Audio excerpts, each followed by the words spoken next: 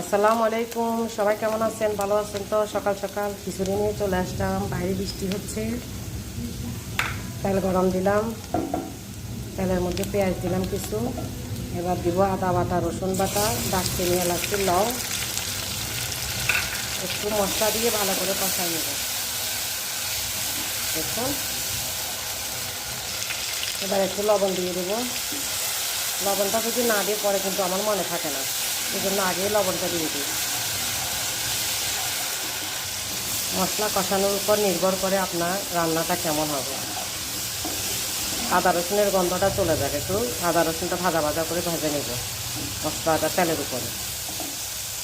এবার দিয়ে দিব একটু হালকা হলুদের গুঁড়া, জিরা ধনিয়ার গুঁড়া, হালকা একটু মরিচ দিলাম। মরিচ একটু ঝাল ঝাল হলে ভালো লাগে, সামান্য মরিচ দিই।